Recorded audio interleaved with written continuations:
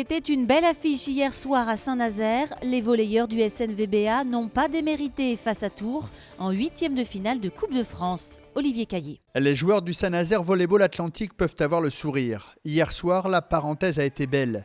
Bien qu'éliminé 3-7-1 en Coupe de France, le SNVBA n'a pas à rougir. Car en face, c'est Tours, l'une des meilleures équipes françaises de ces 10 dernières années, avec ses nombreux internationaux qui s'est imposé à Coubertin. On est compétiteurs et on aurait aimé faire mieux, mais ça a prouvé la valeur de notre effectif.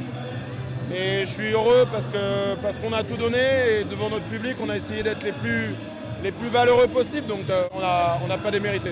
Car menés de 7 à rien, les hommes de Gilles Gosselin vont parvenir dans une chaude ambiance à décrocher le 3e set 25-23 avant de capituler dans le 4e 25-14. On a été un peu court en termes de vécu et ça s'est ressenti sur la durée du match, mais globalement, je ne peux pas en vouloir à mes jeunes joueurs qui ont été héroïques et voilà, ça doit nous montrer qu'on est sur la bonne voie. Pour décrocher dès vendredi à Coubertin, un 3e succès en championnat de Ligue B face au Plessis-Robinson.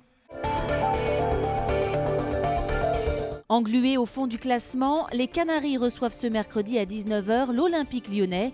Le point avec Julien Herpin. Dans cette semaine à 3 matchs pour le FC Nantes après Lille et avant Guingamp, le FC Nantes s'apprête à affronter l'adversaire le plus coriace ce mercredi. L'Olympique lyonnais n'est que 7e de Ligue 1, mais monte en puissance, en témoigne sa 2e période dimanche dernier face au PSG.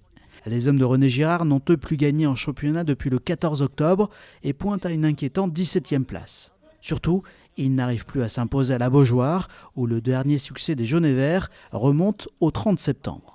2 mois de disette qui pèsent également sur le moral des supporters nantais, qui seront en outre à nouveau privés de banderole face à l'OL. De son côté, René Girard devra faire sans Rongier blessé et Thomasson suspendu. Bref, il n'y a pas beaucoup de voyants au vert avant ce match, surtout si l'on rajoute que la dernière victoire nantaise à domicile contre Lyon remonte à 2008. À Nantes, l'ouverture des magasins le dimanche avant Noël fait toujours débat. La Galerie Beaulieu envisage bien de braver l'interdiction car seules les boutiques du centre-ville sont autorisées. Adrien Godet. Les Nantais pourront-ils faire leurs achats dominicaux de Noël dans la galerie commerciale Beaulieu? Son directeur le souhaite, mais pas la majorité des maires de la métropole.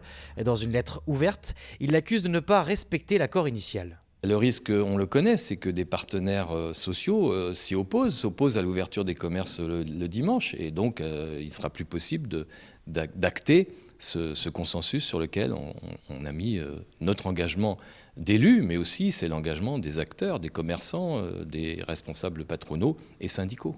Ces 2 dimanches ouverts représentent chaque année de 10 à 15% de chiffre d'affaires en plus pour les commerçants du centre-ville. Hors de question donc de remettre en cause cet accord déjà fragile.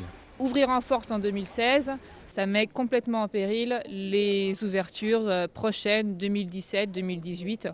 Et je pense que c'est plutôt se tirer une balle dans le pied plutôt que de jouer collectif. Sachant qu'on est déjà dans des négociations pour obtenir un dimanche commun à la périphérie et au centre-ville pour 2017. Les partenaires sociaux sont clairs, pas d'accord en 2017 si Beaulieu ouvre cette année.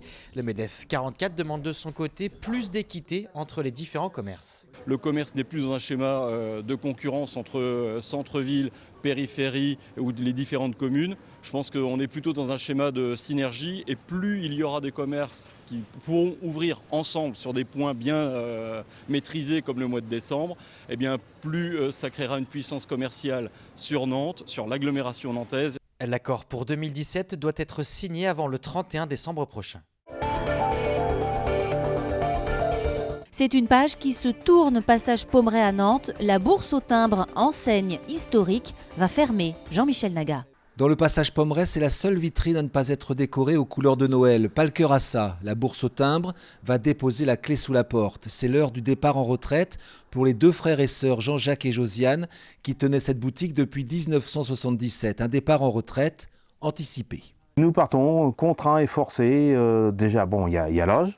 Il y a la retraite et puis on nous oblige de faire des portes coupe-feu, cloisons coupe-feu, murs coupe-feu, refaire l'électricité, tout ça pour se mettre aux normes. On devait arrêter fin 2017, et ben ça sera fin 2016 ou début 2017.